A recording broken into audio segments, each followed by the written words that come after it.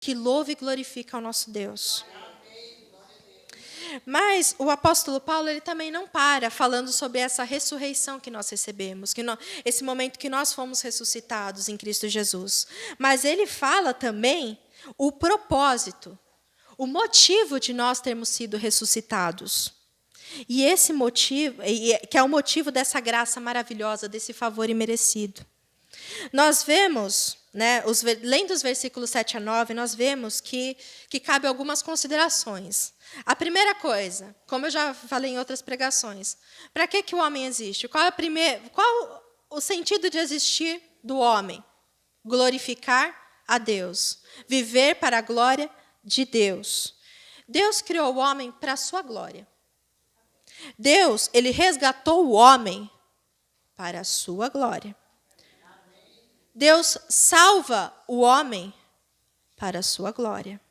E Deus não divide a sua glória com ninguém. Amém?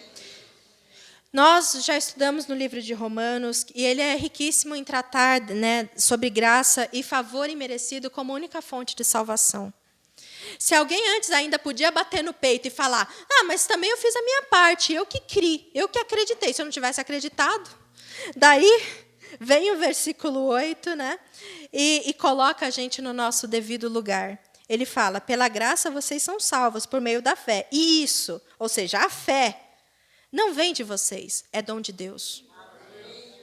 Então, se antes a gente podia pelo menos bater no peito e falar, mas eu que acreditei, nós vemos que, de acordo com a palavra de Deus, a própria fé é um dom de Deus. É Deus que nos concede a fé. Então, não temos absolutamente mais nada que nós possamos nos segurar para bater no peito e ter algum tipo de merecimento. Nós simplesmente vemos que realmente nós somos salvos por um presente de Deus, por uma graça, um favor imerecido, porque nós estávamos mortos, nós éramos filhos da ira, inimigos de Deus, e mesmo assim o Senhor nos amou, Ele nos chamou, e hoje nós somos dele, e hoje Ele nos deu vida. E esse é um dom concedido por Deus. Nós estávamos mortos, nós estávamos perdidos, nós éramos como aquela ovelhinha lá que tinha se perdido, a humanidade inteira tinha se perdido. Mas o Senhor, Ele veio e nos chamou, e nos buscou. Ele nos encontrou e fez como Ele fez com alguns dos seus discípulos. Ele falou, segue-me, vem. Nós vemos assim, quantas pessoas, Jesus escolheu 12, né? Quantas pessoas haviam? Pensando em Mateus. Mateus era um cobrador de impostos. Ele foi chamado por Jesus quando ele estava no meio do ofício dele. Quantos cobradores de impostos deviam ter? Mas ele foi chamado por Deus. Jesus falou para ele vir junto com ele. E nós ouvimos Jesus chamar, nós estávamos mortos, mas Ele nos despertou da nossa morte. Ele nos chamou para ser dele, e hoje nós somos dele. Ele disse, segue-me, nós viemos e nós seguimos Ele. Como nós vemos no versículo 9, a salvação ela não vem das obras para que ninguém se glorie.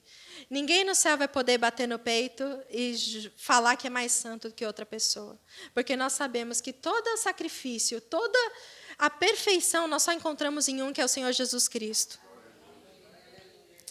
É certo que a salvação ela não vem das obras, mas ela é acompanhada das obras. E nós sabemos que mesmo nós sendo pecadores, muitas vezes nós tropeçando durante a nossa caminhada, nós continuamos sendo salvos. Amém? Amém. Por quê? Porque Deus é misericordioso, e aquele que começou a boa obra na nossa vida, Ele é fiel para completar. Amém. Ele não nos deixa sozinhos, porque se Ele deixasse a gente sozinho, no mesmo momento a gente já ia voltar a morrer.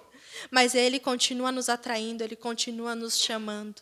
Como nós vemos em Oséias. Então eu levarei minha amada para o deserto e lá falarei do meu amor. É assim que Deus faz com o povo dele. Às vezes Ele nos leva em meio às dificuldades para que Ele fale ao nosso coração e Ele nos chame para Ele. E é por isso que nós glorificamos a Deus. E nós glorificamos a Deus através das boas obras, sendo obedientes à palavra de Deus. As boas obras não podem trazer salvação, mas elas são expressão do nosso amor e nossa gratidão ao nosso Deus. Nós recebemos uma graça maravilhosa, uma graça imerecida, e isso produz em nós gratidão e amor pelo nosso Deus. E pelo nosso próximo também. Nós temos amor para com aqueles que estão perdidos. E isso faz com que a gente viva uma vida que busca ser santa e agradável ao nosso Deus. No versículo 7, nós vemos que para mostrar nos séculos vindouros as abundantes riquezas da sua graça, pela sua benignidade para conosco em Cristo Jesus. Essa salvação ela é graciosa e imerecida, e ela vai provar, nos séculos futuros, por toda a eternidade, o grande amor de Deus para conosco, para com aqueles que Ele chamou. E essa vai ser a grande prova de amor que vai nos acompanhar por toda a eternidade. E sempre será um sinal daquela coisa, paz com os homens, né? Boa vontade de Deus para com os homens. Deus, ele teve misericórdia. Deus não precisava ter nos dado vida. Ele podia ter nos deixado mortos. Mas ele, pela sua graça, pelo seu amor, ele foi misericordioso e bondoso para conosco. Hoje, nós aprendemos que o homem estava morto, né? Que nós fomos ressuscitados com Cristo para vivermos uma vida que louva e glorifica o nosso Deus. E também que nós não temos mérito nenhum nisso tudo.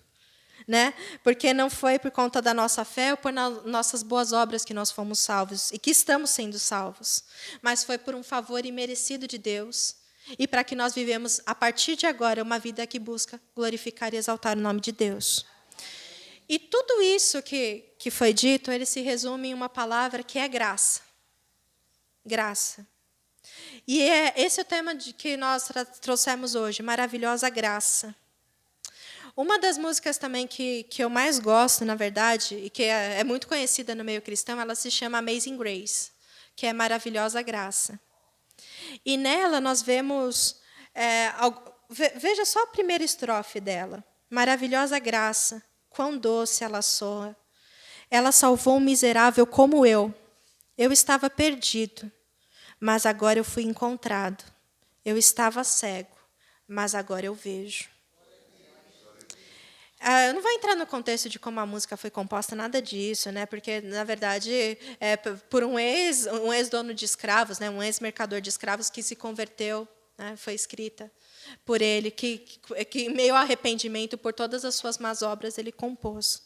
Mas essa música ela retrata bem o cenário da vida do homem sem Deus.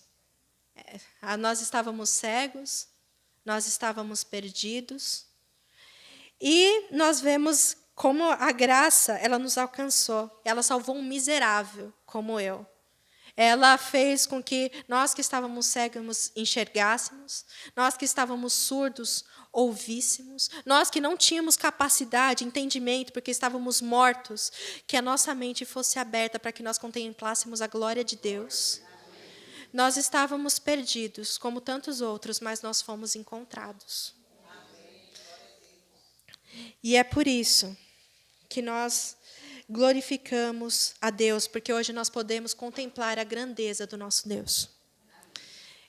Nós louvamos a Deus por essa maravilhosa graça, porque, como diz o último verso da música, quando essa carne e o coração falharem e a vida aqui acabar, nós ainda teremos um futuro de alegria e paz. É assim que fala mesmo, o final. Quando essa carne e o coração falharem e a vida aqui acabar, nós ainda teremos um futuro de alegria e paz. Glória a Deus. Você passa a palavra de direção.